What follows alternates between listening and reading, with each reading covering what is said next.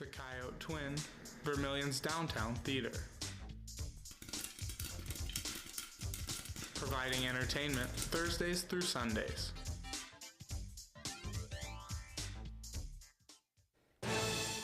Coming up, USD's Oral Health Center is accepting patients in a new location.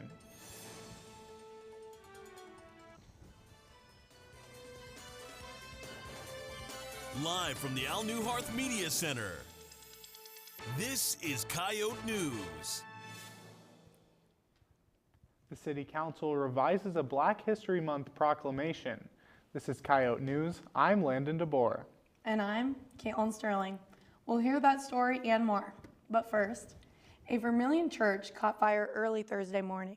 The fire department was called to Apostolic Faith Church on Cottage Avenue, where they saw smoke coming out of the building's attic vents. The firefighters entered the building around 3 and were able to put out the fire completely by 5. Officials say that no one was in the building at the time of the fire and no injuries were reported. The fire's cause remains under investigation. In a reaction to complaints, the Vermilion City Council has restored a Black History Proclamation to its original version. The council was met with backlash from USD's Cultural Wellness Coalition last month, when they released a revised proclamation that removed a statement detailing specifics about structural racism. Mayor John Cole was quoted as saying that the original statement made him uncomfortable. After multiple council meetings in which the CWC members voiced concerns, council members restored the original wording of the proclamation. The original version was read at last night's meeting. Yankton Middle School was put into lockdown yesterday morning following a threat that prompted a police investigation. According to a release from the Yankton Police Department, staff at the school were alerted to comments claiming that a student may have brought a weapon to school. The school went into lockdown while an investigation was conducted, and it was determined that there was no weapon brought into the building, and no direct threat was made towards students and staff. Jason Foote, the Yankton Chief of Police, says that students involved in the investigation will be dealt with by the staff of the school district and criminally for any violations of South Dakota codified law. USD's Dental Health Center is looking for patients in its new location at the Center for Health Education building. Dental students have appointments available to fill their chairs this semester, with cleanings costing just $50. Other services such as x-rays, fluoride treatments, sealants, sport mouth guards, whitening, and oral cancer screenings are also available for lower prices than at private practices. The clinic's run by junior and senior students and takes Delta Dental Insurance or Medicaid. To make an appointment, schedule online at the clinic's USD page or call directly. With students returning to USD after spring break, many people ask how they stay motivated after vacation. Coyote News' Grady Harrington tries to answer the question. With returning from spring break, it appears that some students have a lack of motivation after the much-needed break from school. From relaxing by a pool to studying for the next test. With motivation down, we asked psychology professor Cindy Struckman-Johnson about the issue. Well, before spring break, things start to, attendance starts to go down a little bit. Because I told them I had an interview with you at 5. And so I said, how many of you feel okay about coming back after break, and how many of you think it's really bad? And it was about half and half, and with maybe a little bit of weight going to that it's really going to be bad. With less than 6 weeks left to go until the end of this semester, no matter what major you have, always try to take a break and relax. For Coyote News, I'm Grady Harrington. The last day of spring classes end on April 28th. Coming up, services students may not know about. In a world where embracing your identity is a privilege not usually given to the members of the LGBTQIA+ community, the University of South Dakota Spectrum provides community and education for young queer scholars. Sexuality and identity are defined on spectrums. And having a community of open-minded, inclusive peers provides safety. Spectrum is one reason all Coyotes can call the University of South Dakota their home.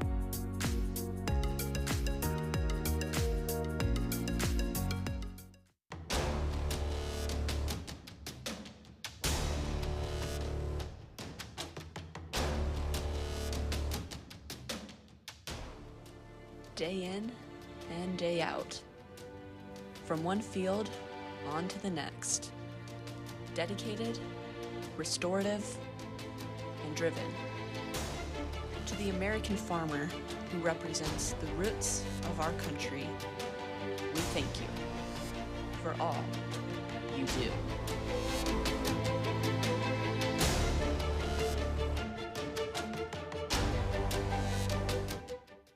This is Coyote News.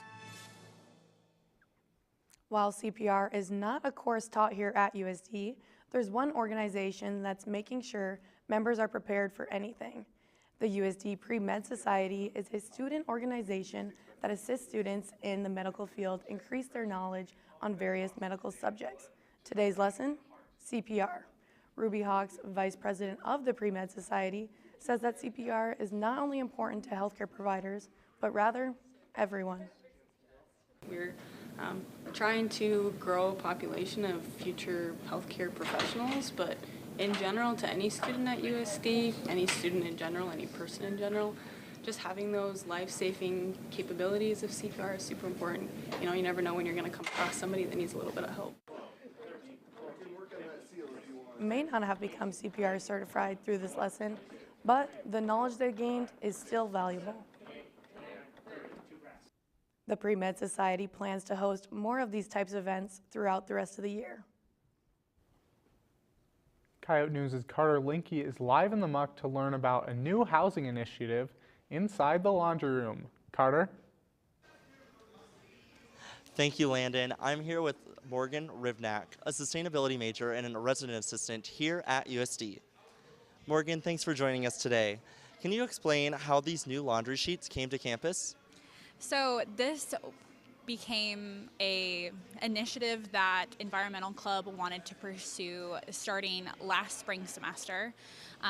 Last spring semester, they were put in tote bags during the Earth Day fair that Environmental Club gave out as a kind of interactive experience to not only decorate the tote bag, but also to learn more about the sustainable alternative that is laundry detergent sheets. Could you show us one of these new laundry detergent sheets? Yes, so this is the Generation Conscious box. You just open it and they have laundry detergent sheets. You can put, I think, like up to 10 or 15 in here, and you just put this in the laundry machine like you would like a Tide Pod or anything like that, and you just start the load. And as an RA, what benefits could you see this bringing to your dorm hall? Not only do I think this is a really great opportunity for a job, because they are hiring a position for this to refill these, but it's a lot easier for residents to just have this in their like laundry bag, and they just put one in. They don't kind of get funky like the Tide Pods. I think a lot of us have learned that you get a weird film sometimes when you use them, and you don't have to carry around a plastic jug. And what are some other ways students are able to be more sustainable on campus? So there's lots of organizations on campus like UNA USA and Environmental Club that help you to kind of like learn how to be a little bit more sustainable in college. But also there are the boxes when you go to res dining. There's a lot of different things on campus that are starting to like come up along with the like Green Initiative Fund. So if there is something that you are passionate about and you think that the university should implement, there's many outlets, and I think everyone in the sustainability department would be happy to like hear about it and help you. Thank you for joining us today, Morgan. These new laundry detergents will be joining us here at USD's campus beginning next fall in the residence halls. USD is looking at hiring an organizer for this initiative that would go around and fill up the different containers. Live from the muck for Coyote News, I'm Carter Linke. Thanks, Carter. For details on sustainable living, contact USD Housing. With the recent election of SGA president and vice president, the association is looking for applications for Senate. Positions are open for all colleges and schools. To apply, submit a resume and application to Josh Hiskel via the Coyotes email. The application can be found on the SGA Instagram page. College campuses include all types of learners, including students with learning disabilities. At USD, these services are uniquely tailored to each student to ensure positive learning outcomes. They offer services for students who have learning, physical, and mental disabilities that can impede their learning experience. Karen Garrity is the Director of Disability Services and shares the team's mission. Well, the disability services, really our mission is to make sure that we provide any access that a student needs to information in the classroom, events on campus, just anything that makes the environment accessible to them. So whether that's physical accessibility or access to information, access to any accommodations that they need, that's what we're here for, just to help students in any way that they need to be successful. We've got students with vision loss, hearing loss, psychiatric issues or mental health issues, chronic health issues, some mobility issues, learning disabilities, ADHD. Those are kind of the bigger categories. They offer sign language interpreters and distraction-free exam locations. Students who believe they could benefit from accommodations can reach out to Disability Services in the North Complex. Next on Coyote Sports, a men's basketball starter enters the transfer portal. And track and field teams are highly ranked in the Summit League preseason poll.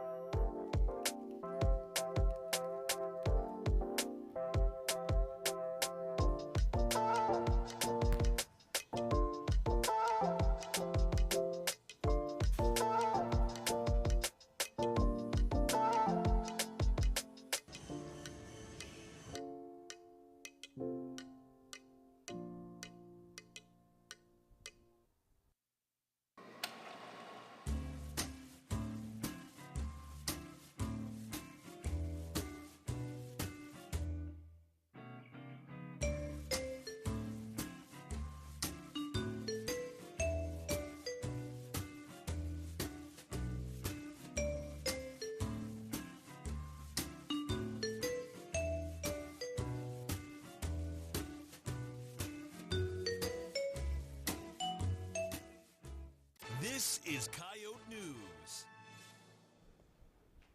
Transfer portal season is upon us. And some of USD's teams take some spring break trips to compete.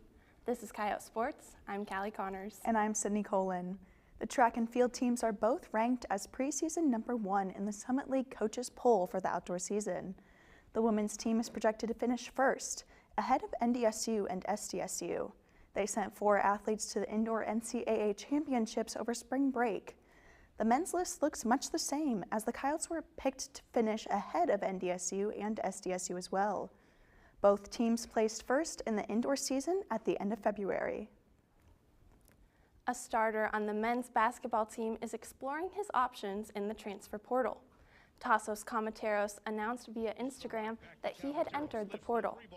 The 6'8" junior averaged 12.5 points and 6.4 rebounds a game this season. Comateros thanked his coaches and teammates in the post and says he's exploring his options in the U.S. and overseas. No other players have announced whether or not they'll also be entering the portal. Athletes sometimes struggle to balance school and sport. Coyote News' Carly Phillips is live in the muck with a student-athlete academic advisor to find out how athletes handle school and competitions. Carly? Thanks, Callie. I'm here with Becky Jensen, an advisor in the Student Athlete Success Center here at USD. Becky, thanks so much for being here today. Now, students are getting ready to register, student athletes are, for the spring semester. What is your role in helping make sure they get into the classes that they need? Well, yeah, there's 3 full-time advisors over in our office, and we have about 450 student athletes. So between the 3 of us, and actually we had our priority registration date for student athletes is this week, and so it's been a crazy busy time for us over there, just helping them choose their classes, pick their majors in the cases of freshmen or sophomores, and just making sure that they're in the right classes and, making sure that they are working around their busy travel schedules with their team schedules and that type of thing. So. And if a class is full, what do you do to help make sure that, they can still make their schedule work? Well, that's the nice thing about having priority registration for our student athletes, and we didn't have that when I initially started this job 15 years ago. And it was a huge problem for some of our student athletes because you don't want to be in a Thursday lab if you're going to be gone every Thursday. So now with priority registration, it's not as big a deal if students take advantage of that. So I would encourage all of our student athletes to please get out there and register for their spring 24 courses.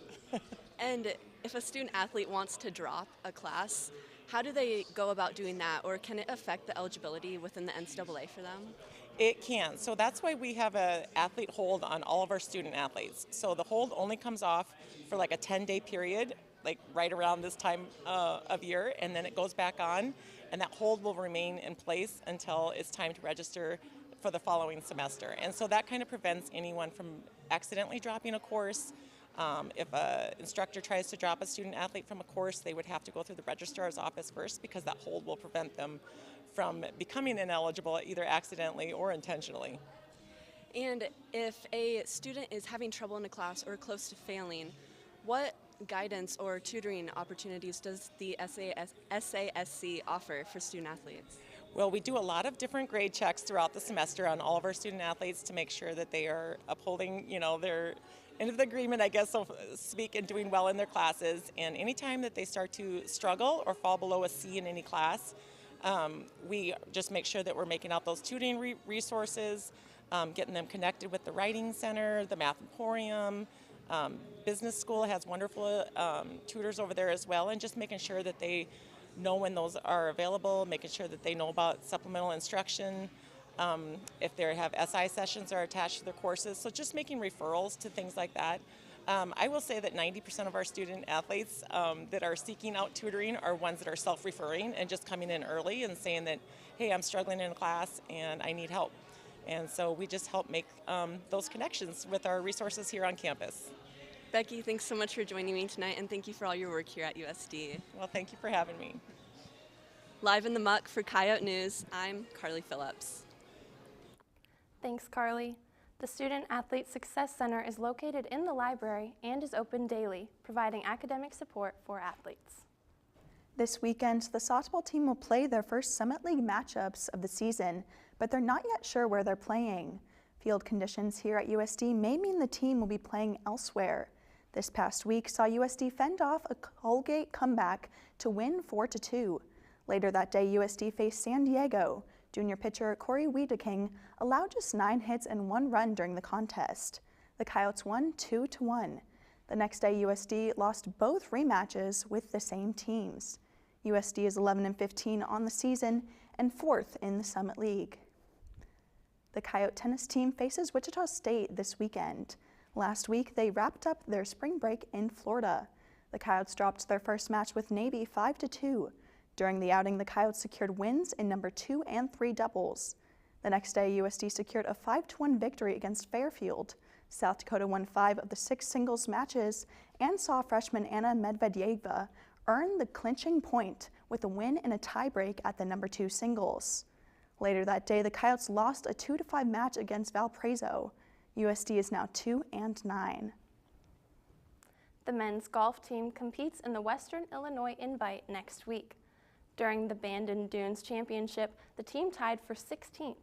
On the first day of play, senior Ben Hicks posted the best score for the Coyotes. Hicks ended the day in the top 25.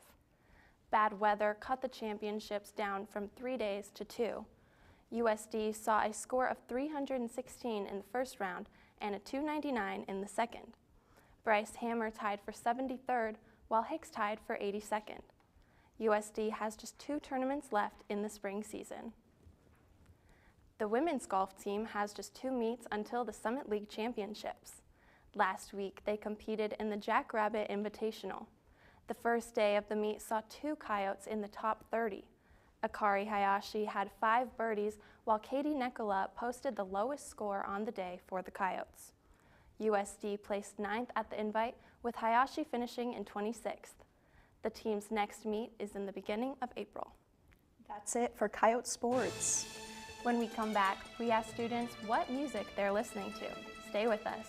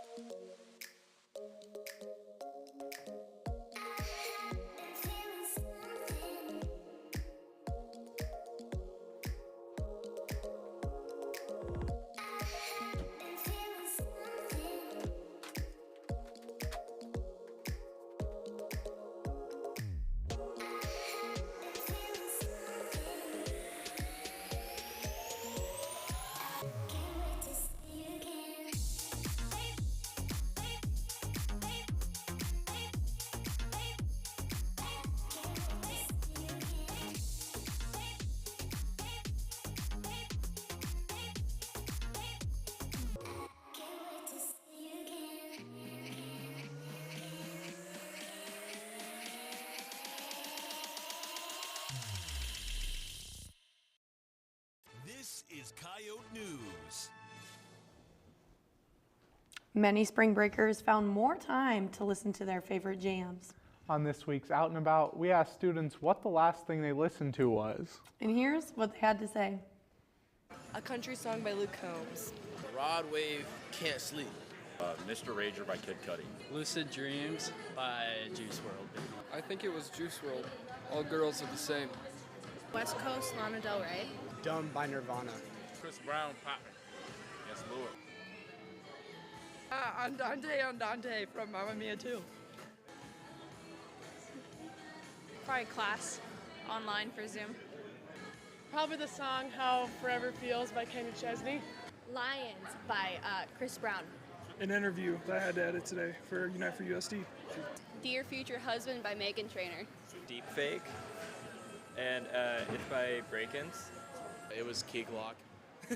If She Wants a Cowboy by Zach Bryan. These Muchachas by Christina Aguilera. I Walk the Line by Johnny Cash. Finish Line by Delaney Bailey. On the way here, I listened to Bloody Mary by Lady Gaga with my roommate. Certified banger. Is it? I don't think I know the song. Do you want to like sing it for us? No, Give us no, a little no. taste. They don't want to hear are you that. Sure, I'd love to. You know, maybe next week. The most recent song I probably listen to is 9 to 5 by Dolly Parton. That's a classic. Certified, yeah, for sure, timeless. 2 inmates from a Virginia jail used handmade tools to dig a hole in their cell and escape, only to be found hours later in an IHOP. Police discovered 2 men missing from their cell during a routine head count on Monday evening. The investigation found that the men exploited a weakness in the jail's construction and used tools made from a toothbrush and a metal object to dig through the wall. Early yesterday morning, police found the men in an IHOP restaurant after being tipped off by a patron. Charges related to the escape are still pending. That's all for Coyote News. Check out the Valant online for the latest transfer portal information. Listen to 91.1 for news updates throughout the week and for coverage of your USD sports. Don't forget to follow our social media pages for daily updates and the weekly poll. Have a great night.